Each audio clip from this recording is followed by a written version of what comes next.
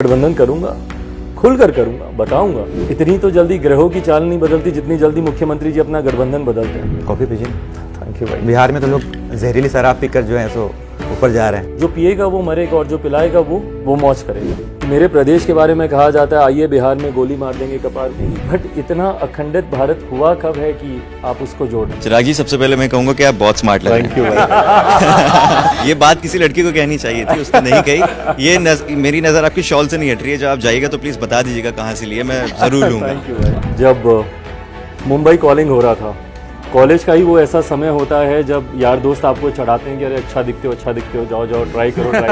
तो ऐसे कुछ थे दोस्त जिन्होंने खूब चढ़ाया। किसी बाहर वाले से तो बाद में कंपेयर किया जाता है, मुझे मेरे ही पिता से कंपेयर किया जाता है और मुझे अपने ही पिता के सामने छोटा दिखाया जाता है। एक पंजाबी घर से बोलेगा कि मैं पंजाबी हूँ, महाराष्ट्र से आने वाला घर से बोलता है मैं मराठी हूँ, बंगाली बोलते हैं कि मैं बंगाली हूँ, और बिहारी अपनी पहचान छुपा रहे हैं दूसरे प्रदेशों में। नमस्कार। एक ऐसे शख्स जो इस बात का अनुमान लगा लेते थे कि राजनीति में क्या होने वाला है, वो जहां भी रहे सत्ता में रहे। आज वो इस दुनिया में नहीं है, लेकिन उनकी कमी हमेशा राजनीति में खलती रही। हम बात कर रहे हैं रामविलास पासवान। तो रामविलास पासवान के चिराग, बिहार के चिराग, युवाओं के चिराग, लोजपा के चिराग और कई लड़कियों के चहेते चिराग पासवान आज हमारे साथ। सर, स्वागत है आपका। Thank you. सर, हमेशा आप गोलमोल घुमा देते हैं जब हम आपसे पूछते हैं कि क्या आप एनडीए के चिराग हैं कि नहीं। तो आज तो बढ़िया मंच है, एबीपी लाइव का मंच है। बोल दीजिए, आप ऐलान कर दीजिए कि हाँ एनडीए के साथ आने वाले हैं। एक बात तो मैं बहुत क्लियर हूँ तमाम बातों में से कि मैं चिराग सिर्फ रामविलास पासवान जी का हूँ। उन्हीं का चिराग हूँ, उन्हीं की उम्मीदों, उन्हीं के सपनों को पूरा करने की दिशा में काम कर रहा हूँ। बिहार की उम्मीदों का चिराग बनता हूं कि नहीं, ये बिहार की जनता को निर्धारित करना। पर किसी गठबंधन के लिए चिराग बन के जाऊंगा कि नहीं, ये फैसला अभी समय है। मैंने हमेशा इस बात को कहा है जब भी गठबंधन करूंगा, खुलकर करूंगा, बताऊंगा कि किसके साथ अलायंस है। पर आज की तारीख में मुझे नहीं लगता कि मेरी प्राथमिकता गठबंधन है। आज की तारीख में मेरी प्राथमिकता अपने जनाधार, अपनी पार्टी के संगठन को मजबूत करना। भाई, एक बहुत कठिन दौर से गुजर कर आया हूं मैं। आज से 2 साल पहले मेरी वो क्या बोलते हैं पारी की समाप्ति की घोषणा कर दी गई थी। आज से 2 साल पहले अगर आप देखें तो तमाम राजनीतिक पंडितों द्वारा ये कह दिया गया था कि चिराग पासवान समाप्त है। और जिस तरीके से घटना चक्र घटा भी था, गलत वो भी नहीं थे। मेरे परिवार में जिस तरीके से टूट हुई, मेरी पार्टी में जिस तरीके से टूट हुई, पार्टी के सिंबल को फ्रीज कर लिया गया, मुझे पूरी तरीके से अलग छोड़ दिया गया। तो इन तमाम परिस्थितियों के मद्देनजर तो वो 2 साल मेरे लिए जितने कठिन रहे हैं, ऐसे में मेरी प्राथमिकता अपने जनाधार को, अपने पार्टी के संगठन को मजबूत करना। और ये 2 साल निरंतरता में जनता के बीच रह के यही करने का मैंने कार्य किया, प्रयास किया। गठबंधन किसके साथ होगा नहीं होगा, ये चुनाव के करीब तय किया जाएगा। तो आप तो लगातार भाजपा की मदद करते रहते हैं। कुर्नी में, गोपालगंज में आपने चुनाव प्रचार किया। उपचुनाव में ये फैसला जरूर लिया गया कि तीनों उपचुनाव में, मोकामा, कुर्नी, गोपालगंज, तीनों उपचुनाव में पार्टी के द्वारा ये फैसला लिया गया कि हम लोग एनडीए के प्रत्याशी, भारतीय जनता पार्टी के प्रत्याशी का समर्थन लोक जनशक्ति पार्टी रामविलास करेगी। कारण है, इक्वेशन समझने में थोड़ी और आसानी होगी, क्योंकि इस बात को मैं बहुत स्पष्टता से कह सकता हूं कि जिस गठबंधन में मुख्यमंत्री नीतीश कुमार जी होंगे, उस गठबंधन के साथ किसी भी तरीके का समझौता मेरे लिए संभव नहीं है। मेरी उनसे कोई व्यक्तिगत कोई इश्यूज नहीं है, बट मैं मानता हूं कि बिहार को बर्बादी की कगार पर लाकर खड़ा करने में सबसे बड़ी जिम्मेदारी अगर किसी की है तो मुख्यमंत्री नीतीश कुमार जी और उनकी नीतियों की रही है। उनके पास आज की भी तारीख में एक विकसित बिहार बनाने का कोई रोड मैप नहीं है। तो इसीलिए जिस गठबंधन में मुख्यमंत्री जी रहेंगे उसके साथ कोई समझौता संभव नहीं है। पर मुख्यमंत्री जी कितने समय तक एक गठबंधन में रहेंगे, इतनी तो जल्दी ग्रहों की चाल नहीं बदलती जितनी जल्दी मुख्यमंत्री जी अपना गठबंधन बदलते हैं। तो कितने समय तक किस गठबंधन में रहेंगे, चुनाव आते आते तक वो वहां पे रहेंगे नहीं रहेंगे, ये भी अभी। आपने ये बात मुझसे बहुत पहले कह दिया था कि देखिए 2024 का जो लोकसभा चुनाव है वो आप गठबंधन में लड़ेंगे। जी, भाजपा के काफी आसपास करीब रहते हैं आप, तो आप जाना चाहते हैं या फिर वो बुलाना नहीं चाहते हैं? ऐसा तो नहीं कहीं कि एनडीए ने कहा कि नहीं अभी नहीं बुलाएंगे? भाई, ये चर्चा ही नहीं है ना, मेरी तरफ से तो एटलीस्ट ये चर्चा का विषय है ही नहीं। मेरी चर्चा उनसे जरूर हुई थी उपचुनावों को लेकर, और ऐसा नहीं है, भारतीय जनता पार्टी के तमाम शीर्ष नेताओं के मैं लगातार संपर्क में मैं रहा हूं, आज की भी तारीख में मैं हूं। और मैं झूठ नहीं बोलूंगा, गठबंधन को लेकर भी चर्चाएं चल रही है। पर गठबंधन एक बहुत बड़ा डिसीजन है, उसको लेने से पहले बहुत से पैरामीटर्स हैं जिस पे आपको क्लैरिटी की ज़रूरत है, बहुत सारे बॉक्सेस हैं जिसका टिक होना ज़रूरी है before you take that final call of alliance. तो वो अभी चर्चा पूरी तरीके से कंप्लीट हुई नहीं है। और again I repeat my self, मैं बहुत ज़्यादा रश में भी नहीं हूँ कि भाई आज ही सब फाइनल कर लेना है। भगवान राम पे अभी भी आपकी आस्था जो है टिकी हुई है। आप हनुमान खुद तो कहते हैं, तो भगवान राम का मतलब आप समझ ही गए होंगे। मैं बिल्कुल आपका मतलब मैं समझ गया। देखिए, ये जिस परिपेक्ष का आप जिक्र कर रहे हैं, बहरहाल ये मेरे लिए एक बहुत व्यक्तिगत विषय है। मैं बहुत ज़्यादा सहज महसूस नहीं करता इसकी चर्चा पब्लिक डोमेन में करने की। बट हाँ, व्यक्तिगत इसलिए है क्योंकि वो मेरे साथ उस वक्त खड़े थे, और मैं क्लियर कर दूं ऑडियंस के लिए कि मैं देश के प्रधानमंत्री आदरणीय नरेंद्र मोदी जी का जिक्र कर रहा हूँ, आप भी उन्हीं का ही जिक्र कर रहे हैं। वो मेरे साथ एक ऐसे समय पर खड़े थे जब मैं अपने जीवन के सबसे कठिन दौर से गुजर रहा था। ये भी तो कह सकते हैं सर कि दुख की घड़ी में साथ थे, लेकिन जिन लोगों ने आपको दुख पहुंचाया उनके साथ भी तो हैं वो। भाई वो ठीक है, उन्होंने कोई मेरे साथ कोई फर्क नहीं पड़ता, उन्होंने कोई मेरे साथ कोई एग्रीमेंट थोड़ी किया है कि मेरे हर दुख सुख में मेरे साथ। बट हाँ, जिस वक्त मुझे सबसे ज्यादा उनकी जरूरत थी, और आज भी मैं इस बात को मानता हूँ that at a personal level अगर मुझे कभी उनकी जरूरत पड़ेगी तो उन्होंने मेरा साथ दिया है, साथ देंगे। But personal and professional relationships को अलग समझना भी जरूरी है। हर दायरों को आप एक दूसरे से इंटर रिलेट कर देंगे तो वो ठीक नहीं है। सर कॉफी पीजिए ना। थैंक यू भाई। बिहार में तो लोग जहरीली शराब पीकर जो है सो ऊपर जा रहे हैं। सही बात है, ये विडंबना है हमारे प्रदेश की। जिस तरीके से बिहार में जहरीली शराब, दुखद है भाई ये। आप एक ऐसी परिस्थिति समझे जहाँ पे एक ऐसा कानून हमारे मुख्यमंत्री जी लाते हैं और उस कानून की धज्जियां अपनी ही नाक के नीचे उड़ती हुई वो देखते हैं और उस पर खामोश रहते हैं। पर आज जब वो सदन में खड़े होकर इस बात का जिक्र करते हैं कि जो पिएगा वो मरेगा, भाई ठीक है, ये एक आपकी सोच है कि जो पिएगा वो मरेगा, but the narrative is not that कि जो पी रहा उसके साथ क्या होगा, जो पिला रहा उसका क्या। जो पिएगा वो मरेगा और जो पिलाएगा वो मौज करेगा। यही हो रहा है बिहार में आज की तारीख में। किसको नहीं पता कि बिहार में अवैध शराब का निर्माण हो रहा है। परिणाम स्वरूप जहरीली शराब भी वहां पे बनाई जा रही है, जिसको पीकर सैकड़ों की संख्या में, और ये जो आंकड़े दिखाते हैं इतने मैनिपुलेटेड फिगर्स हैं, ये 50 लोग मर गए, 52 लोग मर गए। भाई मैं खुद गया हूं और मैं ताज़ा घटना चक्र भी मैं बताऊं, मसरक का जहाँ का हम लोग जिक्र कर रहे हैं, अभी छपरा में हाल में जहाँ पे घटना घटी, मैं खुद वहां पे गया हूँ। लगभग 200 से ज्यादा लोग, और मैं पूरे दावे के साथ इस बात को कहता हूँ, सरकार खारिज करना चाहे तो करे, मैं दावे के साथ कहता हूँ कि 200 से ज्यादा लोग इसमें मरे हैं। पर जो उनके परिवार के लोग हैं उनके साथ आप सहानुभूति भी नहीं रखते हैं। बोलते हैं कि भैया मुआवजा नहीं मिलेगा, हमारी कोई हमदर्दी नहीं। क्यों हमदर्दी नहीं भाई? 20 दिन की बच्ची थी, आपके कैमरा नहीं दिखाया था वो, मेरी गोद में 20 दिन की वो बच्ची थी। कैसे आपकी हमदर्दी उस 20 दिन की बच्ची के साथ नहीं है जिसने अपना पिता खोया? उसका क्या कसूर है? या उस 80-85 साल की उस बुजुर्ग महिला का क्या कसूर है भाई जिसने अपना बेटा खोया? खाने कमाने वाला व्यक्ति घर से गया। भाई बिहार के ही लोग हैं, कोई दूसरे प्रदेश के तो लोग नहीं है ना। इतना निर्दयी एक मुख्यमंत्री कैसे हो सकते हैं, ये मेरी समझ के परे है। आपने भी कहा कि पीने वालों की तो ठीक है वो मर गए, लेकिन पिलाने वालों का क्या? तो इसके उपाय क्या है? भाई सबसे पहले आपको टारगेट करना होगा उन गिरोह को, इस पूरे नेक्सस को आपको डिकोड करने की जरूरत है। भाई कौन लोग हैं, और आपके खुद के प्रशासन के लोग इसमें लिप्त हैं। भाई जब रक्षक ही भक्षक की भूमिका निभा रहे हैं वहां पे, और इसीलिए मैंने सदन में भी उस दिन खड़े होकर मैंने मांग की थी कि भाई राष्ट्रपति शासन लागू और सीबीआई इसकी जांच करे, क्योंकि जिनकी जांच होनी है वही लोग जांच भी करेंगे। तो कैसे वो जांच सही निकलेगी? और अभी तक अगर सही में जांच हो गई होती, अगर दोषी अधिकारियों के ऊपर कार्रवाई हो गई होती, या ऐसे तस्करों के ऊपर या ऐसे गिरोह के ऊपर, आज भी भाई आप बिहार में जेलों में जाकर देख लीजिए, सलाखों के पीछे सिर्फ गरीब वंचित शोषित वर्ग के ही लोग हैं, आम बिहारी हैं जेल के पीछे। कोई आपको बड़ा गिरोह, कोई आपको बड़ा तस्कर उसके पीछे नहीं दिखेगा। पता नहीं आप दिल्ली मेट्रो में जाते कि नहीं, जब मैं जाता हूँ तो आजकल एक पोस्टर दिखता है मुझे बिहार पर्यटन का, कि आइए बिहार में स्वागत है। फिर मैं देखता हूँ बिहार में नरसंहार, फिर से मर्डर। तो मुझे लगता है कि वही चल रहा है कहानी की, मत आइए बिहार में वरना गोली मार देंगे कपार में।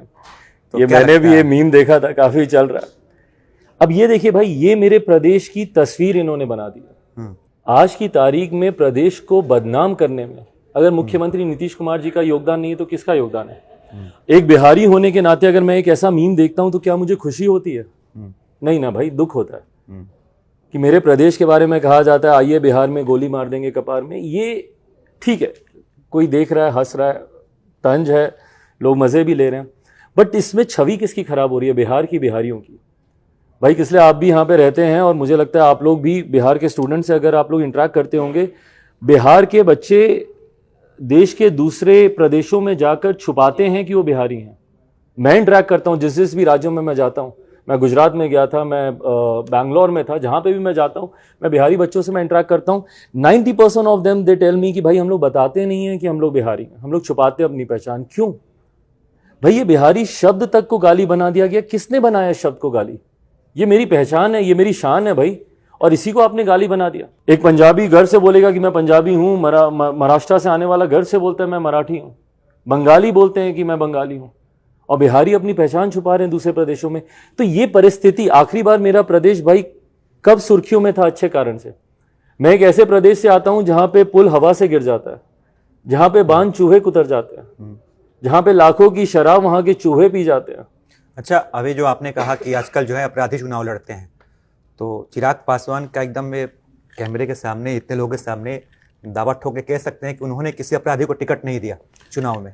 भाई मैं अपनी तरफ से तो जितना प्रयास है मैं करता ही हूं। अच्छा, इतने लोग हैं, सब लोग बैठे हुए हैं। 2014 में जब रामविलास पासवान जी थे तो वो यूपीए के साथ थे उस समय, फिर वो एनडीए के साथ आ गए। उनसे जब पूछा गया तो कहा कि जब मैंने ये फैसला किया तो उसमें चिराग का बड़ा योगदान है, उन्होंने मुझे बहुत समझाया। तो पिता पुत्र की जो बातचीत हुई, जो आपने तर्क रखा, क्या समझाया आपने कि रामविलास पासवान जी ने कहा कि हाँ चलो भाई मोदी जी के साथ चलते हैं? क्या हुआ था, पूरी कहानी हम थोड़ा जानना चाहेंगे। भाई 2013 में मुझे लोक जनशक्ति पार्टी के संसदीय बोर्ड की जिम्मेदारी दी गई थी, और संसदीय बोर्ड, पार्लियामेंट्री बोर्ड पार्टी का एक ऐसा बोर्ड होता है जहां पे चुनाव को लेकर, चुनाव की रणनीतियों को लेकर, विनेबिलिटी फैक्टर्स को मद्देनजर रखते हुए तमाम तरीके की चर्चाएं होती हैं, डिस्कशंस होते हैं। उस दौर में जब मेरी राउंड्स ऑफ मीटिंग हुई मेरे बोर्ड के सदस्यों के साथ, तो मुझे एक कॉमन व्यू पॉइंट वहां से ये निकल कर सुनाई दिया कि आज की तारीख में पार्टी के अधिकांश सदस्य ये मानते हैं कि हम लोग को एनडीए के साथ जाना चाहिए। मैं इस बात को छुपाऊंगा नहीं कि मेरी एक व्यक्तिगत इच्छा भी ये थी, क्योंकि मैं उस वक्त के प्रधानमंत्री पद के दावेदार और मौजूदा प्रधानमंत्री आदरणीय नरेंद्र मोदी जी की बातों से, उनके विचारों से मैं प्रभावित था। मैं बिहार से आता हूं, बट मुझे एक ऐसा नेता प्रभावित कर रहा था जो देश के 125 करोड़ देशवासियों की वो बात कर रहे थे। किसी जाति की नहीं, किसी जातीय समीकरण की नहीं, सांप्रदायिकता की नहीं, एक ऐसा व्यक्ति जो पूरे भारतवासियों की वो बात कर रहे थे, और उनके कई विजन्स को लेकर, उनके कई पॉलिसीज को लेकर मैं उनसे प्रभावित था। ये जिक्र मैंने अपने पिता से किया था 2013 में ही, पर उनकी तरफ से एक स्ट्रॉन्ग रिजेक्शन था इस प्रपोजल को लेकर, साफ मना कर दिया था। और जितनी स्पष्टता के साथ उन्होंने मना किया था, मेरी कई महीनों तक दोबारा हिम्मत भी नहीं पड़ी कि मैं उनसे इसका जिक्र दोबारा करूं। बट बहरहाल समय बीता, चुनाव लोकसभा का करीब आने लगा। उस वक्त जो प्रीवियस अलायंस में हम लोग थे, यूपीए अलायंस में, कांग्रेस के साथ बहुत ज़्यादा बातचीत बन नहीं पा रही थी। यूपीए के तमाम और दल, खासतौर पे राष्ट्रीय जनता दल के द्वारा जिस तरीके से हम लोग की पार्टी के ऊपर टीका टिप्पणी की जा रही थी, कुछ लोग थे जो कह रहे थे इन लोगों को 2.5 सीटें देनी चाहिए, तो पहले अपने पहलवान दिखाएं, इस तरीके की कई बातें पब्लिक डोमेन में आई थी, जो जिसकी वजह से मेरे पापा भी थोड़ा नाराज थे। एंड कांग्रेस के साथ भी अलायंस को लेकर कोई क्लैरिटी आ नहीं रही थी। दैट वाज द टाइम जब मैंने दोबारा इस बात को हैमर किया कि हम लोग को ऑल्टरनेटिव अलायंसेस की तरफ जाना चाहिए, और पार्टी के तमाम लोगों की राय मैंने, हमारे नेता, पार्टी के राष्ट्रीय अध्यक्ष उस वक्त वही थे, उनके समक्ष मैंने रखी। And then eventually yes. बातें आप लोग मीटिंग में कर रहे थे या फिर अकेले बैठे कर रहे थे, दोनों पिता पुत्र? मतलब कई बार तो मैं और पापा रात में हम लोग अकेले ही बैठते थे। अच्छा। I used to give him the feedback कि दिन भर मेरी किससे क्या बातचीत हुई, किसकी क्या सोच है, किसका क्या राय मशवरा है। सो धीरे धीरे उनको मैं भी प्रिपेयर करता था, कन्विंस करने की कोशिश करता था। अच्छा, रोज थोड़ा सा मनाने की कोशिश रोज करते थोड़ा थे। सा कितना वक्त लगा? समय लगा, but I think it took me a long time, but finally when he was convinced. पापा से मैंने एक ये चीज सीखी है कि वो एक ऑनेस्ट अलाई के साथ हमेशा रहे, जिसके साथ भी रहे। वो यूपीए के साथ भी थे तो पूरी मजबूती से, पूरी शिद्दत के साथ थे, अनटिल अनलेस परिस्थितियां ऐसी नहीं बनी। तो ऐसा नहीं था कि वो राजनीतिक लाभ के लिए, जैसा आपने इंट्रो में भी बोला कि जिनके साथ वो रहते थे सरकार उनकी बनती थी, ये मैं मानता हूं कि वो जिनके साथ रहते थे सरकार उनकी बनती थी, बट उन्होंने कभी सरकार बन रही है इसलिए कोई फैसला लिया हो, ये नहीं था। चिराग जी, अभी आपने स्ट्रॉन्ग अलाई की बात की, तेजस्वी यादव जी से भी आपकी कई बार मुलाकात हुई, आपने उनको ऑफर भी किया है हेल्प, तो किसी मामले में आपको लगता है कि आपकी राय सिमिलर है, स्ट्रॉन्ग अलाई आप देखते हैं तेजस्वी यादव में कहीं ना कहीं? देखिए, मेरे उनसे पारिवारिक संबंध हम लोग के ज़रूर बहुत मजबूत रहे हैं। हम दोनों के पिता एक दूसरे के अच्छे मित्र रहे हैं, साथी रहे हैं, सहयोगी रहे हैं, समकक्ष रहे हैं, एक दूसरे के काम किया उन्होंने। उस नाते of course I know him for the longest time. Families बहुत अच्छे से जानती हैं, बट प्रोफेशनली हम दोनों एक प्लेटफॉर्म पे आएंगे नहीं आएंगे, फिलहाल ऐसी कोई चर्चा इसको लेकर नहीं चल रही, और ख़ास तौर पर वो जिनके साथ आज की तारीख में अलायंस में हैं। इस बात को मैं क्लियर कर चुका हूँ। यहाँ पे मुख्यमंत्री नीतीश कुमार जी रहेंगे। मुझे लगता है चिराग पासवान ही नहीं, बिहार की जनता भी उस अलायंस के साथ नहीं जाएगी। शराबबंदी की हम लोग बात कर रहे थे, तो मतलब मैं भी जानना चाहता हूँ और भी लोग जानना चाहते ही होंगे, कभी कभी बियर वियर पी लेते हैं कि नहीं? अरे प्रभु, कैसी बातें आप कर रहे हैं। सबसे पहले तो मेरा सवाल है मेंटल हेल्थ को लेकर। इतने यंग एज में आपने देखा, काफ़ी पॉलिटिक्स हो या फैमिली मैटर, तो काफ़ी कुछ आपने देखा और झेला भी। और आज के जो युवा हैं वो भी काफ़ी यंग एज में स्ट्रेस के कारण काफ़ी हेल्थ इश्यूज हो रहे हैं, तो आप स्ट्रेस से कैसे डील करते हो? आई थिंक मेडिटेशन, ये मैंने बहुत लंबे समय से, एंड मैं धन्यवाद करूँगा उनका जिन्होंने मुझे इंट्रोड्यूस कराया था मेडिटेशन से। मेरे एक करीबी मित्र थे, और मैं आज से नहीं, मुझे लगता है मैं right from my college days meditate कर रहा हूँ। वो मुझे बहुत ग्रेविटी देता है, दैट कीप्स मी काम, कंपोज्ड। और ये मैं सजेस्ट भी करूँगा जो भी दर्शक इस इंटरव्यू को सुन रहे हैं, मुझे लगता है विपरीत परिस्थितियों में संयम रखना सबसे ज़्यादा ज़रूरी होता है। The minute you start panicking in a tough situation, I think उस वक्त आप हाथ से लूज करने लगते हैं उस सिचुएशन को भी। तो उस वक्त आप जितना काम, जितना कंपोज रहेंगे, एंड ये मैंने अनुभव किया है कि मैं जितना मेडिटेट करता हूँ, जितनी विपरीत परिस्थिति मेरे सामने आती है, जितना कठिन समय आता है, मैं उतना ही काम और कंपोज हो जाता हूँ। And I think that helps me deal with situations like this. और exercise and yoga? Oh yes, I do that. मेरा मानना है कि अगर आप दिन में 1 घंटा अगर आप अपने लिए नहीं निकाल सकते, अपने शरीर के लिए नहीं निकाल सकते, जो सब कुछ है भाई, आप है, आपकी मेंटल हेल्थ है, आपकी फिजिकल हेल्थ है, तभी आप किसी के लिए कुछ करना भी चाहेंगे तो आप कर पाएंगे। तो अगर जो व्यक्ति दिन में 1 घंटा अपने लिए, अपने शरीर के लिए नहीं निकाल सकता, तो मुझे नहीं लगता कि वो किसी और चीज़ के लिए समय का सदुपयोग कर पाएगा। So yes, I was into weight training and stuff कुछ समय पहले तक। वेट्स अभी नहीं करता हूँ, बट आई मेक श्योर कि मेरा वेस्ट का साइज़ अंडर कंट्रोल रहे। कार्डियो करता हूँ, योगा करता हूँ on a regular basis. Yoga मैंने अभी रिसेंटली ही शुरू किया है, बट या फिज़िकली अपने आप को फिट रखने का डाइट पे मैं ध्यान देता हूँ। आई काउंट माई कैलोरीज जब मैं खाता हूँ। मुझे लगता है ये ज़रूरी भी है। आप जितना अपना ध्यान देंगे उतना ही आप सक्षम बनेंगे दूसरों का ध्यान रखने के लिए। सर, रामायण का एक संवाद है और इंस्टाग्राम पे खूब रील भी चल रहा है कि छोटे भाई का धर्म होता है कि जब तक उसके शरीर में प्राण रहे तब तक वो बड़ा भाई का साथ दे। तो आप कहते भी हैं कि आप राजनीति के मौसम वैज्ञानिक के पुत्र हैं, तो आप कभी ये अनुमान लगा पाए थे क्या कि आपके चाचा और आपके भाई आपके साथ ऐसा करेंगे, आपकी पार्टी को? भाई, अगर आपको अपनों पर ही शंका रखनी हो या अपनों पर ही नज़र रखनी हो, तो मुझे लगता है कि फिर तो रिश्तों के मायने ही नहीं रहते ना।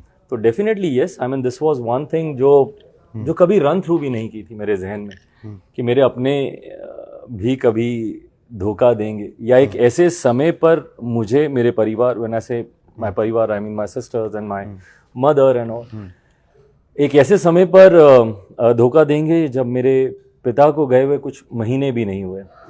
तो यस, आई मीन इसके लिए मैं बिल्कुल भी प्रिपेयर नहीं था। सर, वक्त जो होता है वो हर जख्म को धीरे धीरे भर देता है। तो क्या लगता है कि कभी ऐसा वक्त आएगा जब चाचा भतीजा फिर साथ बैठेंगे, छोटा भाई मुझे साथ नहीं पता, आई am not the deciding authority. देखिए, मैं जिस परिवार से आता हूँ, जो संस्कार मुझे दिए गए हैं, परिवार के बड़े ही पारिवारिक फैसले लेते हैं। पापा के जाने के बाद मेरे चाचा ही उस भूमिका में थे। आज भी परिवार के सबसे बड़े वही हैं। अंतोगत्वा परिवार में क्या होगा नहीं होगा, ये फैसला उन्हीं को लेना, और मुझे लगता है वो ये फैसला ले चुके हैं। बहुत स्पष्ट रूप से उन्होंने कहा है कि सूरज पश्चिम से उग जाएगा पर चिराग के साथ कोई समझौता नहीं होगा। तो I think he has already decided. Sir क्योंकि अभी फिटनेस की बात हो रही थी, तो हम अभी राहुल गांधी की भारत जोड़ो यात्रा कवर करने गए और वो चल नहीं रहे थे, वो तो चल रहे थे पर हमें भागना पड़ रहा था। मतलब वो इतने फिट है, दाढ़ी बढ़ा लिए, तपस्या कह रहे नेताओं, अब तो भगवान राम का भी नाम उनको दे दिया है। तो मैं आपसे ये जानना चाहता था, तो आप क्या समझते हैं राहुल गांधी की क्या पॉपुलैरिटी बढ़ेगी, कांग्रेस पार्टी की पॉपुलैरिटी बढ़ी है इस यात्रा से? आपकी क्या राय? क्योंकि अब तक शायद ही आपका कोई ऐसा बयान आया है जो आपने भारत जोड़ो यात्रा या कांग्रेस पर कोई दिया हो। मैं इस सोच का स्वागत करता हूँ। आई अप्रिशिएट जो मेहनत राहुल जी कर रहे हैं। इसका कितना लाभ होगा नुकसान होगा भाई मुझे नहीं पता, ये समय ही बताएगा। बट जो मेहनत वो कर रहे हैं उसको मैं ज़रूर अप्रिशिएट करता हूँ। कभी जुड़ने का मौका मिला तो जुड़ेंगे? भाई लंबे समय तक मेरे पड़ोसी वो रहे थे, जब तक मैं पिछले घर में रहता था जनपद में, लंबे समय से वो मेरे पड़ोसी रहे। उस नाते भी पापा से एक चीज़ जो मैंने इनहेरिट की है या जो मुझे विरासत में मिली है, वो खूबसूरत संबंध अक्रॉस द पार्टी लाइंस मिले हैं। पापा की इस बात को हर कोई आज भी अप्रिशिएट करता है, जिस तरीके के उनके personal equations people coming from different political backgrounds उनके साथ भी रहे। सिर्फ यही नहीं कि जिस दल के साथ वो हैं उन्हीं के साथ ही अच्छे। पापा ने भी हमेशा शब्दों की मर्यादा का ध्यान रखा, कभी किसी के ऊपर व्यक्तिगत टिप्पणी उन्होंने नहीं की या किसी के बारे में कोई गलत बात कभी नहीं की। And that's why he was liked by the leaders of various political party. यही चीज़ मैंने भी इनहेरिट की। तो अगर व्यक्तिगत तौर पे देखें, मैं इस बात की प्रशंसा ज़रूर करूँगा कि जितनी मेहनत आज की तारीख में वो कर रहे हैं, हज़ारों किलोमीटर की यात्रा पैदल चलकर आना, उसको मैं ज़रूर अप्रिशिएट करूँगा। बट उसका राजनीतिक लाभ, देखिए मैं मानता हूँ राजनीति में जब तक विजन नहीं होगा, जब तक आपकी नीतियाँ स्पष्ट नहीं होंगी, जनता आपके साथ कनेक्ट नहीं करेगी। इस यात्रा के साथ अगर वो एक अपना विजन लेकर आते कि भाई हम आने वाले 30 साल या 50 साल के बाद का भारत ऐसा देखते हैं, या आने वाले 10 साल का हमारा रोड मैप ऐसा। भाई आज की तारीख में मैंने भी बिहार में आशीर्वाद यात्रा की है, मैं भी बिहार में विभिन्न जिलों में पदयात्राएं कर रहा हूँ। मैं बिहार फर्स्ट बिहारी फर्स्ट के साथ में जा रहा हूँ। मैं लोगों को सिर्फ बिहार की समस्या की जानकारी नहीं दे रहा, उसके समाधान भी बता रहा हूँ। एंड आई थिंक एक पॉजिटिव राजनीति का ये एक बड़ा पक्ष है। आप दूसरे की खामियां बताइए, ज़रूर बताइए, बट साथ में अपना विजन भी बताइए। वो भारत को जोड़ रहे हैं, बट इतना अखंडित भारत हुआ कब है कि आप उसको जोड़ना। सो विजन की एक क्लैरिटी ज़रूर चाहिए होगी। एज अ राजनेता, पॉलिटिशियन, आप राहुल जी के बारे में क्या राय रखते हैं अपनी, कि वो अच्छे मतलब राजनेता आगे और ज़्यादा बन पाएंगे या पहले से बेहतर हुए हैं? I am no one to decide anybody's future यार। और मेरी ऐसी कोई, मैं इतना जजमेंटल हूँ नहीं कि किसी के बारे में कोई बहुत राय रखूँ। अपने काम पे ज़्यादा ध्यान दे रहा हूँ और फिलहाल मेरा फोकस सिर्फ मेरे मुख्यमंत्री नीतीश कुमार है। मेरा ध्यान केंद्रित उस तरफ है, बिहार की राजनीति में ज़्यादा समय दे रहा हूँ। नीतीश कुमार सर कह रहे हैं कि अब वो चले जाएंगे, अब जो है सो कुर्सी वो तेजस्वी यादव को सौंप देंगे। अच्छी बात है। तेजस्वी यादव युवा भी हैं, ठीक है, अच्छी बात है, मुख्यमंत्री बनने का सपना देखना चाहिए। बिल्कुल। आपके मन में नहीं आया कभी कि हम भी सीएम बन जाते हैं, युवा हैं आप? भाई ये कोई खैरात नहीं बट रही ना कि किसी के भी मन में सपना आ जाए कि भाई हम भी ले लें, इसमें से 2 दाने हम भी ले लें। ये अंतोगत्वा बिहार काबिल की बात है। बिहार की जनता को ही ये डिसाइड करना है कि किसको वो मुख्यमंत्री के तौर पर देखना चाहती है। और मेरी शिकायत भी यहीं से शुरू हुई, क्योंकि बिहार की जनता ने कम से कम मेरे मौजूदा मुख्यमंत्री को पूरी तरीके से नकारा। They wanted anyone else except the current chief minister. Is the reason why उनकी पार्टी तीसरे नंबर की पार्टी बनी, आधे से ज्यादा उनके प्रत्याशी चुनाव हार गए थे। तो ये आज की तारीख में भले वो किसी की दया पर मुख्यमंत्री बने हों, या जब से 2020 के परिणाम आए तब से वो दया पे ही मुख्यमंत्री बने हुए हैं, पहले भाजपा की और आज की तारीख में राजद की। तो ऐसे में जब वो ये कहते हैं कि मेरे बाद तेजस्वी को ही आगे आना है और उन्हीं को ही कमान संभालनी है, वो इस बात को जरूर स्पष्ट कर देते हैं कि उनके बाद उनकी पार्टी में तो कम से कम किसी भी नेता में ये सामर्थ्य नहीं है कि वो बिहार का नेतृत्व करे या उस पार्टी का वो नेतृत्व करे। जब आप किसी दूसरे दल के नेता को अपने भविष्य का नेता मान लेते हैं, तो उस दिन से कम आप इस बात को क्लियर कर देते हैं कि आपकी पार्टी का अब कोई भविष्य नहीं बचा। बात भविष्य की हो रही है तो नेहा जी हमारी टीम से एस्ट्रोलॉजर है, कुछ यस नेहा जी प्लीज आपका बताएं। जो नंबर मैंने देखा वो राहु का है। अभी आप बात कर रहे थे कि आप मेडिटेशन करते हो, आप बहुत काम रहते हो, लेकिन आप इमोशनल बहुत ज्यादा हो, तो उसके लिए आप क्या करते हो? वही आई थिंक मेडिटेशन से ही मैं, यू आर राइट एक्चुअली, मैं बहुत इमोशनल हूँ फैमिली को लेकर, अपनों को लेकर। और अगेन मैंने कभी अपने इमोशंस हाइड नहीं किए। आई थिंक आपके पास बहुत सारे ऐसे विजुअल्स होंगे जहाँ पे पापा को याद कर कर या पर्सनल चीज़ों को लेकर मैं भावुक हुआ हूँ।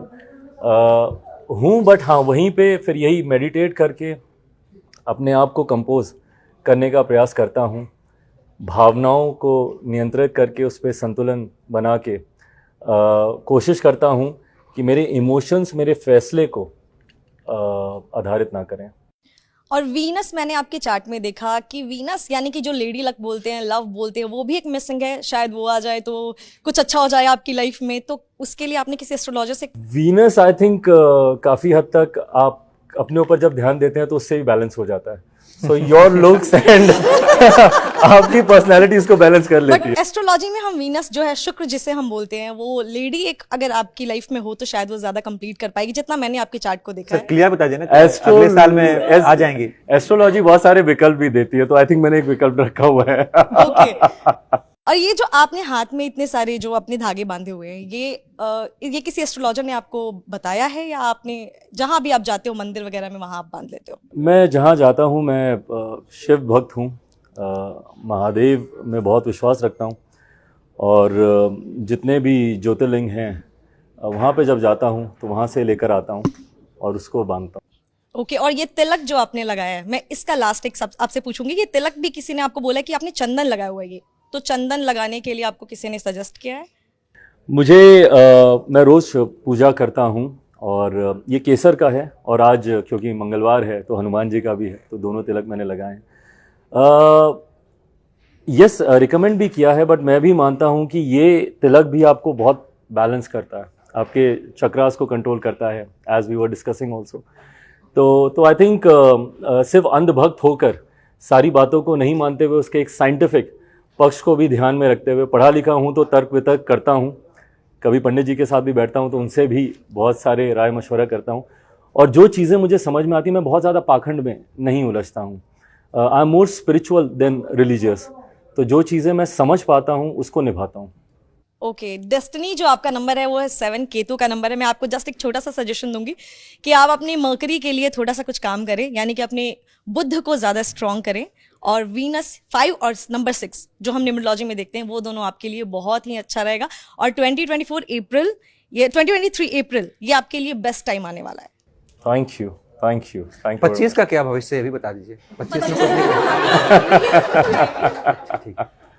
चिराग जी, सबसे पहले मैं कहूंगा कि आप बहुत स्मार्ट लग रहे हैं। मतलब Thank यहाँ you, पे भाई। बैठी लड़कियों को ये बात मेरा बोलनी शुक्र चाहिए। बैलेंस हो रहा है। ये बात किसी लड़की को कहनी चाहिए थी, उसने नहीं कही। ये मेरी नजर आपकी शॉल से नहीं हट रही है। जब आप जाइएगा तो प्लीज बता दीजिएगा कहाँ से लिए, मैं जरूर लूंगा। थैंक यू भाई। महंगी तो नहीं है सर ना? खादी की है, महंगी नहीं है ना? खादी की है भाई। ठीक है। तो सवाल ये है कि आप स्मार्ट हैं, काफी सारी लड़कियां आपकी फैन हैं। आपके पास कभी ऐसा कोई हुआ है कि कोई लड़की आई है, आपको हक कर लिया, या आपको आई लव यू बोल दिया, या बड़ा ऑकवर्ड सा फैन मूवमेंट हो गया हो? It does happen at times, yes, it does happen. And मैं इन सब चीज़ों में मैं बहुत कंफर्टेबल नहीं होता हूँ, तो कभी कभी ऐसा होता है, बट मैं आई रिस्पेक्ट दैट फीलिंग, जिस इनोसेंस के साथ कोई आके तो आप कैसे डील करते हो उसको? मतलब मैं नहीं कर पाता हूँ। बहुत आते होंगे तो हाँ, उसको कैसे आप रिप्लाई करते हो? कुछ रिप्लाई करते हो, स्टोरी रिपोस्ट करते होते हो, किसी का पोस्ट जाके लाइक कर देते हो, आप इस तरह की चीज करते हो? जितना हो सकता है सामने वाले की भावना को सम्मान देने के लिए, बिकॉज आई अप्रिशिएट जिस फीलिंग के साथ कोई अपने आप को एक्सप्रेस करता है। मैं इन सब चीज़ों में इतना एक्सप्रेसिव हूँ नहीं। Neither I am good with compliments. मैं अभी भी हो रहा हूँ, शायद मैं लाल हो जाता हूँ। So I am not good with this, I don't know how to deal with it. अब हमने पॉलिटिक्स से काफी कुछ डिस्कस कर लिया, अब एक बार नजर मार लेते हैं most googled questions about Chirag Paswan. Don't tell me. No we should तो अगर हम आपके बारे में गूगल करेंगे तो सबसे पहले लोग जानना चाहते हैं कि भाई अब 2022 खत्म होने वाला है तो कब करेंगे चिराग पासवान अरे। शादी? सी हमने फ्यूचर बता दिया, 2023 अप्रैल बहुत अच्छा टाइम आने वाला है और वीनस को आपको बैलेंस करने के लिए राइट नेहा जी? तो अब आप बताइए इफ एनी अप्रोक्सीमेट या फिर एनी प्लान्स? राइट नाउ तो नो प्लान्स। ओके, आपके एजुकेशन से रिलेटेड भी लोग काफी कुछ जानना चाहते हैं आपके बारे में। I did BTech in computer science, and that was the time जब मुंबई कॉलिंग हो रहा था। कॉलेज का ही वो ऐसा समय होता है जब यार दोस्त आपको चढ़ाते हैं कि अरे अच्छा दिखते हो, जाओ जाओ ट्राई करो। तो ऐसे कुछ थे दोस्त जिन्होंने खूब चढ़ाया, and so yes, during my college days only I shifted to Mumbai. I tried my luck there, failed miserably, so back here. Sir, राजनीति करना ज्यादा मुश्किल है, एक्टिंग करना ज्यादा मुश्किल भाई है? एक्टिंग करना बहुत मुश्किल है यार, बहुत राजनीति मुश्किल है। आसान है उससे? राजनीति आसान है, दिल से आप कर सकते हो। वहां पे आपको डायलॉग्स याद करने हैं, मेकअप पुट ऑन करना है, लिख के दी गई लाइनों को आपको रिहर्स करके आपको बोलना है, and I can never do that. मैंने आज तक अपना भाषण कभी कोई पढ़ के नहीं दिया। चिराग जी, अभी आप बात कर रहे थे कि आपके फादर से आपने एक क्वालिटी इनहेरिट की है कि अक्रॉस द पार्टी लाइंस आपको कैसे लोगों से रिलेशंस अच्छे बिल्डअप करने हैं। आई अंडरस्टैंड जेडीयू से काफी इश्यूज हैं, कोई ऐसा नेता है जो आपको ठीक लगता है, जेडीयू आरजेडी?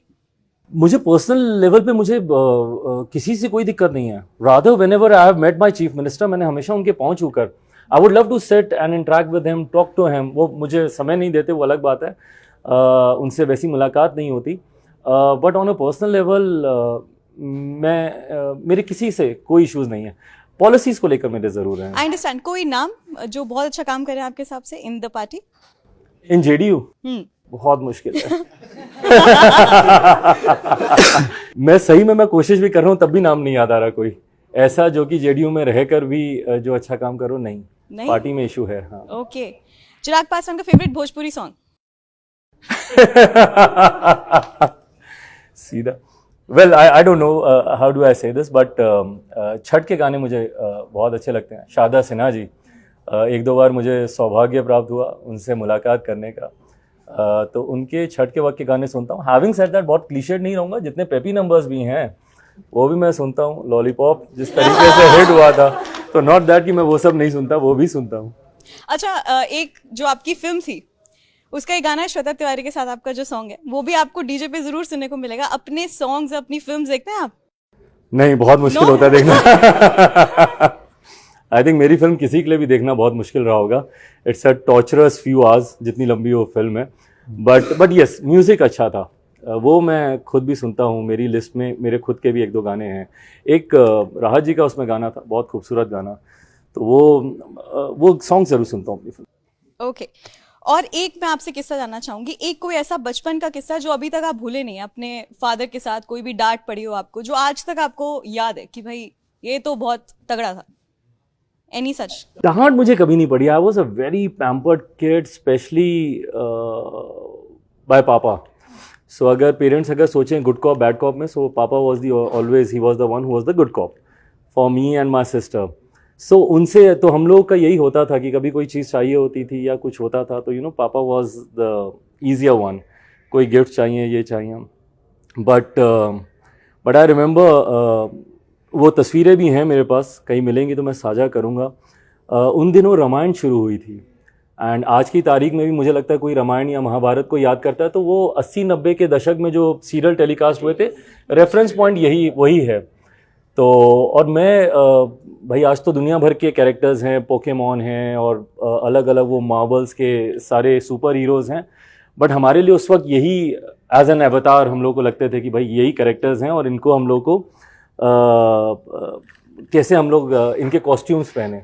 सो मैं पापा के पीछे बहुत पड़ा था कि भाई मुझे भी ये राम जैसा कॉस्ट्यूम चाहिए, this and that was so sweet of him. I will share those pictures with you. That was so sweet of him. पापा ने घर पे जितनी अवेलेबल चीज़ें थी, मोम की चुन्नी, उनकी साड़ी लेके मुझे धोती बांधी, पूरा वो घेर दिया। घर में खुद लकड़ी की तिलियों से उन्होंने धनुष और बाण बनाया और वो सर पे मुकुट और ये सब करके। सो ही टुक अ डे, पूरा दिन उन्होंने लिया हम लोगों को, मुझे, मेरी सिस्टर को उस गेयर में, उस गेटअप में उन्होंने तैयार किया। So yes, that is a very sweet nice memory that I still carry with me, कि वो मेरी एक जिद थी, डिमांड थी कि मुझे ऐसा बनना है। आज तो मैं देखता हूँ भाई आप कॉस्ट्यूम शॉप पे चले जाओ, and you will get the costume of every character that you want. But उस वक्त पापा ने जिस मेहनत से हम लोगों को किया था, तो that's a nice sweet memory that I have. Okay बस एक आखिरी क्वेश्चन, इतना स्ट्रेसफुल कंडीशन है as in the party also और अभी काफी कुछ, तो फेवरेट पास टाइम एक्टिविटी जो आपको बहुत रिलैक्स फील कराती है? Spending time with my family, especially my niece and my nephew. दोनों अभी बहुत छोटे हैं, एक 9 साल का है, एक 12 साल की है. So my niece and my nephew, they are my stress busters. घर जैसे ही जाता हूँ, मामा मामा मामा मामा ये चाहिए, मामा वो चाहिए. So yes, spending time with my family, sitting and talking to my mother. That ways we've always been a very very close knitted family. जब पापा भी होते थे तो हम लोग इतना ज़रूर करते थे कि रात का मील हम सब लोग साथ में खाएं, साथ में बैठें, फैमिली डिस्कशन, स्कूल में क्या चल रहा है, कॉलेज में क्या चल रहा है, आगे क्या होना है. तो as a very normal family ये हमेशा से हम लोग के भी घर में रहा है. पापा के बाद भी मेरे लिए वही best time of the day होता है when I sit with my mother, my niece, my nephew, my sister. So yes, that's the stress buster for me.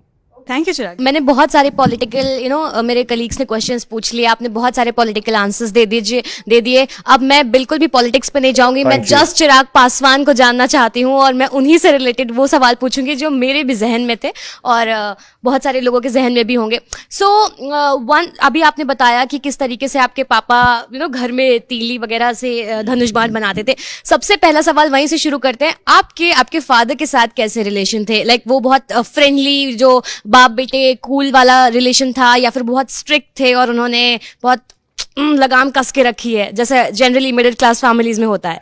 So yes, I mean जिस बैकग्राउंड से मैं आता हूँ, आई थिंक जितने बिहारी होंगे शायद वो रिलेट कर पाएंगे कि हम लोग फादर के प्रति सम्मान इतना ज़्यादा होता है कि वो यारी दोस्ती वाला कंफर्ट नहीं आता है, बिकॉज आप इतना लुक अप टू करते हैं उनको. So I have seen my father also, मेरे दादाजी के साथ पापा बहुत कम उनके सामने बोलते थे और वही चीज़ मैंने भी देखी और मैंने भी वही इनहेरिट की. मैं भी पापा के सामने बहुत कम बोलता था, जी पापा जी के अलावा कोई शब्द ही नहीं निकलता था. So whatever he used to say I was like ji papa ji, ji papa ji, that's it. Cricket match तो साथ देखते होंगे ना? हाँ बिल्कुल साथ देखते थे, बट ये नहीं कि भाई कोई चौका छक्का लग गया तो उनके सामने मैं उछल कूद कर रहा हूँ, ये कर रहा हूँ. Used to be very Emotions दबा के रखते थे. Very controlled. But yes, in the last few years पापा made this effort to make me his friend. उन्होंने ये बहुत कोशिश की और काफ़ी हद तक सफल कोशिश उनकी रही. वो कंफर्ट उन्होंने मुझे दिया कि जहाँ मैं खुल के उनसे सारी बातें कर सकूँ. एंड स्पेशली जब हम दोनों एक प्रोफेशन में आए, जब पॉलिटिक्स में आ गया, जब तक मैं मूवीज़ में था स्टिल वो पर्दा था, सब था. बट जब मैं पॉलिटिक्स में आया तो उस वक्त papa used to make this effort. Sorry, मतलब मैं थोड़ा वो बोलते बोलते वो हो रहा हूँ, but papa used to make this effort, मुझे बुलाना, बात करना, बैठाना, to give me that comfort that I can talk to him about anything and everything. So yes, last few years were good. अभी क्या होता है कि अभी इतने बड़े हैं आप, ऑब्वियसली अब अपने डिसीजंस आप खुद लेते हैं, पॉलिटिकल करियर आपका अच्छा चल रहा है, बॉलीवुड में आपने काम किया है, तो अभी भी मम्मी से किसी बात की परमिशन लेनी पड़ती है या फिर आप एकदम कि नहीं ये तो मेरा डिसीजन है, या फिर पता है आपको कि नहीं पीछे से डांट पड़ सकती है? और बिल्कुल हर चीज़ की परमिशन अभी भी लेता हूँ. रात में लेट हो रहा हूँ तो भी उनको बता के ही होता हूँ. इवन पटना में अगर रहता हूँ एंड शी इज़ हेयर, तो शी नोज़ कि मैं कितने बजे उठा हूँ, मैं कितने बजे घर पे आ रहा हूँ, मैंने लंच किया, मैंने डिनर किया, नहीं किया. That way she is a very caring lady, a very caring mother. I think all mothers are. But then yes, डर बोल लीजिए या इज़्ज़त और प्यार बोल लीजिए, वो है. So I also like to keep her in the loop, और परमिशन लेना अच्छा लगता है. पीयूष गोयल जी ने जो कहा था, तो आप क्या उसका समर्थन करते हैं या किस कॉन्टेक्स्ट में लेते हैं कि पूरे देश को भी? पहली बात तो मैं इस बात का मैं समर्थन नहीं करता, बट ये सोच जहन में आई कैसे? जो पीयूष जी ने जिस तरीके से कहा, मैं उसका समर्थन मैं नहीं करता हूं. और उन्होंने खुद इस बात को उन्होंने माना भी कि उन्होंने उस सोच के साथ उन्होंने नहीं कहा था. बट ये सोच से मुझे प्रॉब्लम तो है कि भाई आज की तारीख में मैं अगर बोलूँ बिहार, तो लोग अच्छे मायनों में तो नहीं लेते ना. या बिहार में अभी तक कुछ ऐसा हुआ ही नहीं कि लोग बोलें कि हाँ दिस इज अ मॉडल या दिस इज एन एग्जाम्पल जो हम देश भर में लागू करना चाहेंगे. Okay, so one thing people don't know about Chirag, जो चिराग की फैमिली जानती है या उनके क्लोज फ्रेंड्स जानते हैं या फिर खुद चिराग जानते हैं, लेकिन आज कैमरा जानना चाहता है. थोड़ा नेहा जी भी जानते Well, this is a tricky one. Maybe Neha ji मुझे बता सकती है मेरे बारे में कुछ. Is there anything जो आई बीन एन ओपन, मतलब बहुत फिल्मी क्लीशे डायलॉग है बट खुली किताब रहा हूँ। फिर भी हो सकता है कोई फेवरेट चीज हो जिसके बारे में लोग ना जानते हो, प्रोबेबली फेवरेट डिश या फिर फेवरेट डिश भी मैंने इनको बता दी थी कि मैं दाल चावल का बहुत शौकीन हूँ, राहर की दाल चावल और अचार बहुत खाता हूँ। मैं ये बोलूँ कि मुझे म्यूजिक का शौक है, ये भी सबको पता ही है, मैं सुनता हूँ कान अच्छा। में ईयरपॉड्स लगा के। तो आपने बताया कि आपका म्यूजिक आपका शौक है, तो बस मेरा नेक्स्ट क्वेश्चन यही है कि अगर आपने बॉलीवुड में काम कर लिया, आप पॉलिटिक्स में काम कर रहे हैं, अगर ये दोनों चीजें ना हो तो चिराग क्या होते? बहुत मुश्किल है आज की तारीख में। नेपो किड्स का ये टैग दे दिया जाता है बहुत आसानी से। ऐसा नहीं है कि मैं बहुत ओल्ड हूँ, बट हाँ आज से 4 दशक पहले का तो हूँ ही मैं। और हमारे समय में पिता के नक्शे कदमों पर चलना बुरा नहीं माना जाता था, बल्कि आपकी तारीफ की जाती थी कि अरे पिता के नक्शे कदमों पे चल रहा है। ये हाल फिलहाल के वर्षों में मैं सुनने लगा हूँ कि भाई नेपो किड होना दुनिया का सबसे बड़ा गुनाह हो गया है, या अपने पिता के नक्शे कदमों पर चलने से बड़ा पाप आप कोई नहीं कर सकते। तो मैंने हमेशा से पापा को देखा और उन्हीं से ही सीखा।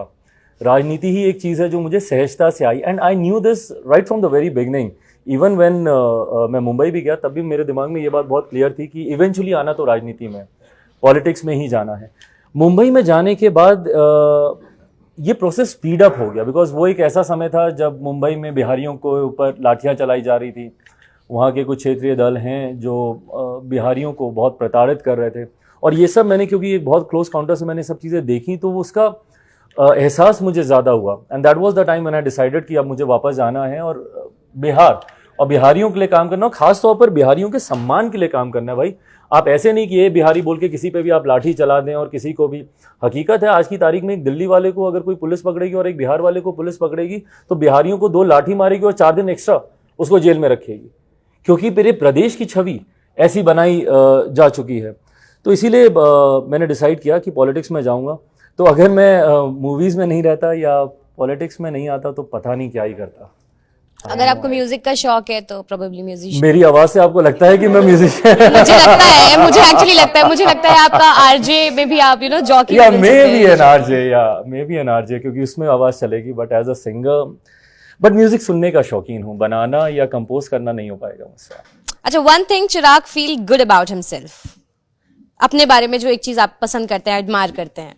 आई थिंक मैं बार बार मैं इसको रिपीट कर रहा हूँ, बट मेरा काम कंपोज रहना।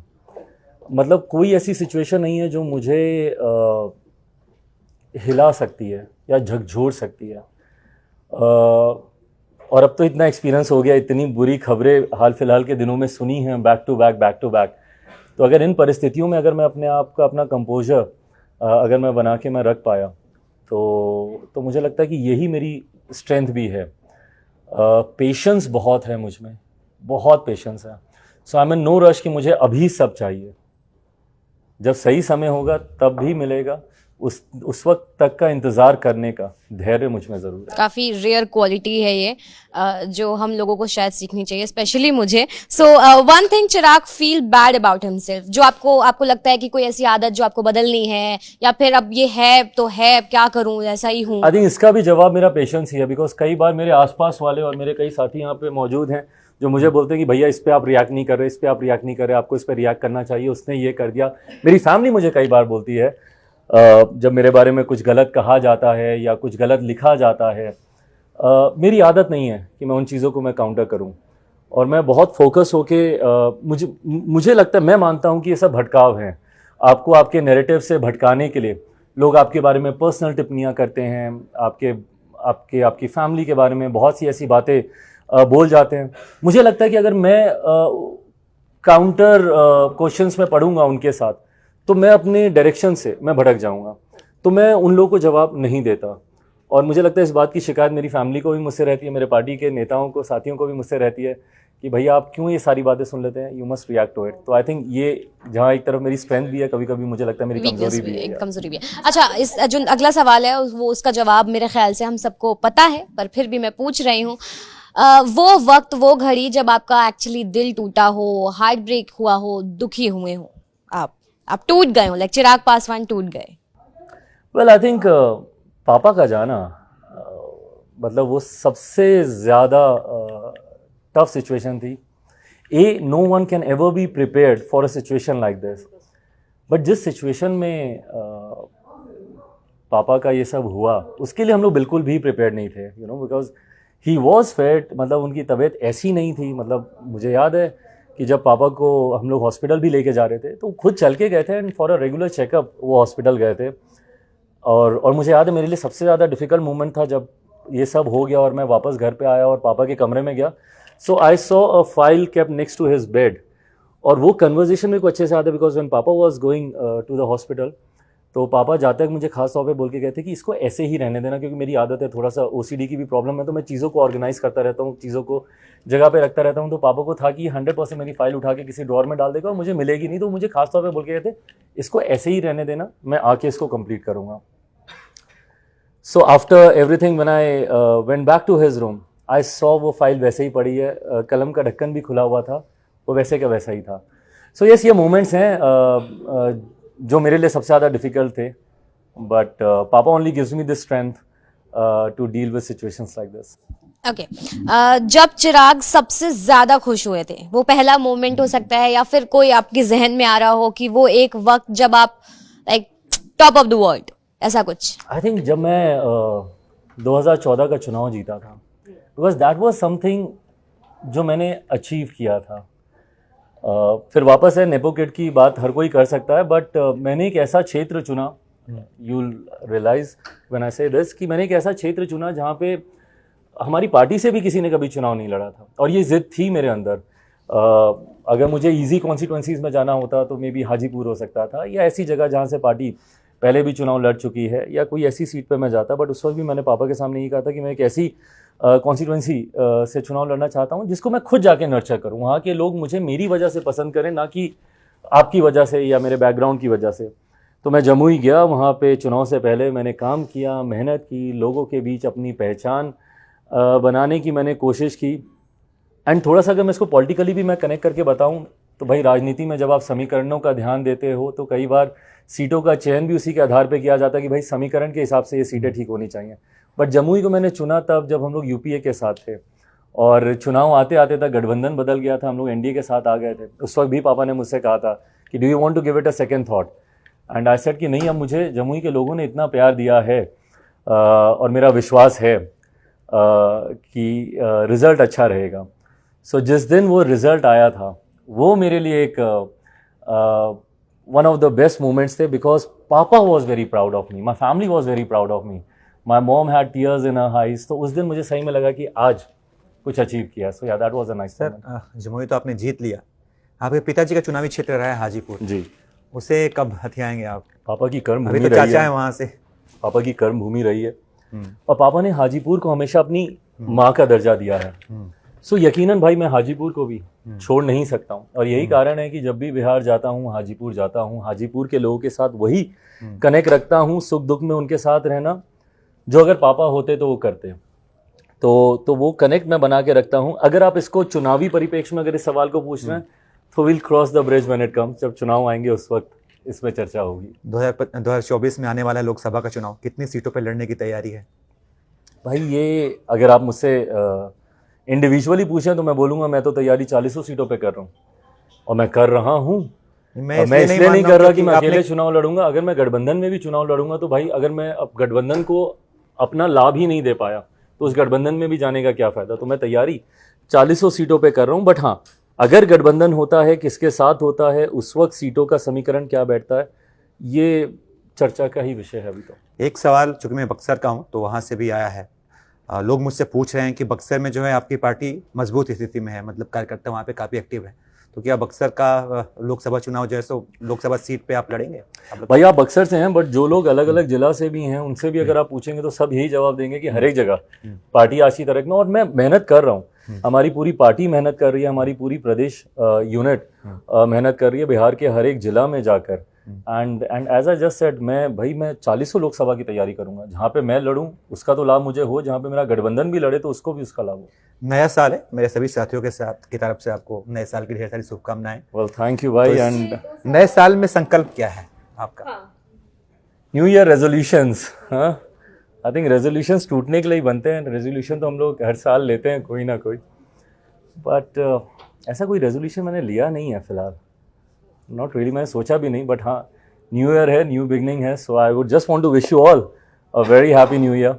और क्षेत्रवाद करते हुए मैं अपने बिहार वासियों को खास तौर पर नव वर्ष की शुभकामनाएं देता हूँ. चलिए, बहुत बहुत शुक्रिया. देखिए, मैंने आपसे कोई पॉलिटिकल सवाल नहीं पूछा, इन सब ने पूछा है और इन्होंने कोई पॉलिटिकल सवाल छोड़ा नहीं है, छोड़ा नहीं है. और मैंने पहले ही क्लियर कर दिया था कि मैं पॉलिटिकल सवाल नहीं पूछूंगी. बस एक आखिरी सवाल मैं आपसे, अगर आपकी इजाजत हो तो पूछ लूं, कि शायद आपने इसका जवाब दे दिया है, बट अगेन मुझे एक प्राउड मोमेंट जानना है. जब आपके पेरेंट्स आप पे प्राउड थे, आप खुद आप पे प्राउड थे, एक्सेप्ट फॉर इलेक्शंस. अगर आप इलेक्शंस छोड़ दें, प्रोबेबली बचपन का कोई स्टेज शो हो सकता है, आपकी मूवी रिलीज हो सकती है, या फिर कोई ऐसा मोमेंट जो हम में से किसी को ना आइडिया हो. I think yes, then it would be the movie release वाला. मैं पापा, अब मैं समझ सकता हूँ कि भाई जब आप राजनीति में होते हैं तो आपकी व्यस्तता कितनी ज़्यादा होती है. उस वक्त मुझे इस बात का इतना एहसास नहीं था, पर उसके बावजूद पापा रेगुलरली मेरे सेट पे आते थे, घंटों वहाँ पे बिताते थे जब शूट चल रहा होता था. एंड स्पेशली एक दो गाने के वक्त जब हम लोग कट्टो गिलहरी शूट कर रहे थे, या एक और नीरू के साथ गाना था, उस वक्त पूरे समय 3-3 दिन के स्केड्यूल पे पापा वहाँ पे रहे.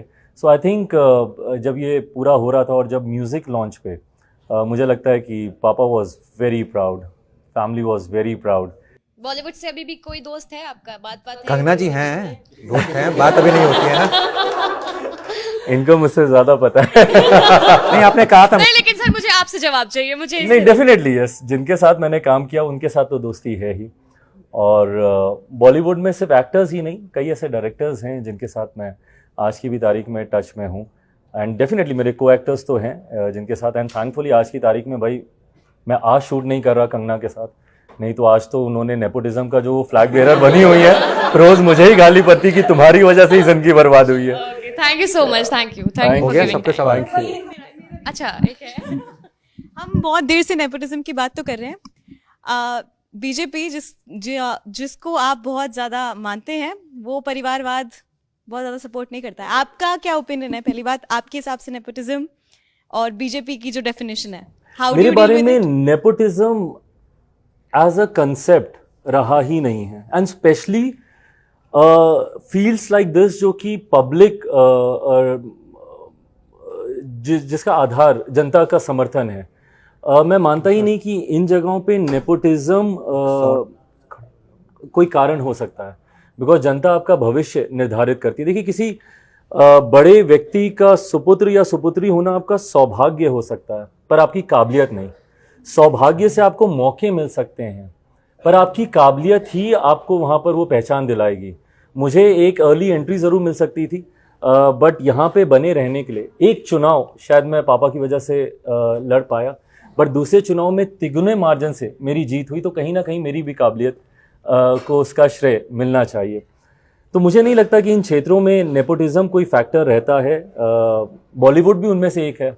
भाई बड़े बड़े एक्टर्स हैं जिनके बच्चे आज की तारीख में कुछ नहीं कर पाए, बड़े बड़े राजनेता हैं जिनके बच्चे आज की तारीख में राजनीति में कुछ नहीं कर पाए, क्योंकि जनता यहाँ पे आपके भविष्य को निर्धारित करती है. पर सर, एंट्री तो कहीं ना कहीं इजी होती है ना, ये तो आप मानेंगे. बट जहाँ पे एंट्री इजी होती है वहीं पे आपके भी संघर्ष और बढ़ जाते हैं. मैं अगर अपना ही जिक्र करूं, मेरी लड़ाई बाहर में तो बाद में है, पहले मुझे अपने ही पिता की छवि से लड़ाई लड़नी है. और ये सोचिए, मतलब जस्ट इमेजिन ये कितनी डिफिकल्ट सिचुएशन है एक बेटे के लिए या एक बेटी के लिए फॉर दैट मैटर.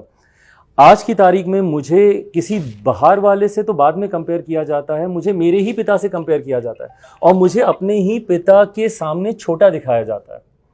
पापा के बारे में, अरे वो तो बहुत सहज थे, सबसे बड़े अच्छे से मिलते थे. चिराग नहीं है, चिराग एरोगेंट है.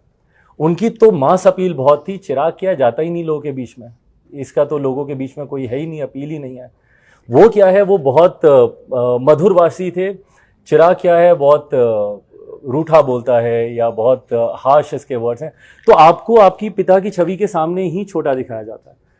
सो ये सिचुएशंस बहुत डिफिकल्ट, आपकी लड़ाई को और ज़्यादा डिफिकल्ट कर देती है. चलिए, तमाम मुद्दों पे हमने चिराग पासवान से बात कर ली और इन्होंने भी बड़ी बेबाकी से हंसते खेलते जवाब दिए, और उम्मीद करता हूं कि आपको हमारी ये बातचीत बड़ी अच्छी लगी होगी. बाकी इसके बारे में आप क्या सोचते हैं, आपकी राय हमारे लिए काफ़ी मायने रखती है, तो कमेंट करके हमें ज़रूर बताइएगा और तमाम अपडेट्स के लिए देखते रहिएगा ABP लाइव।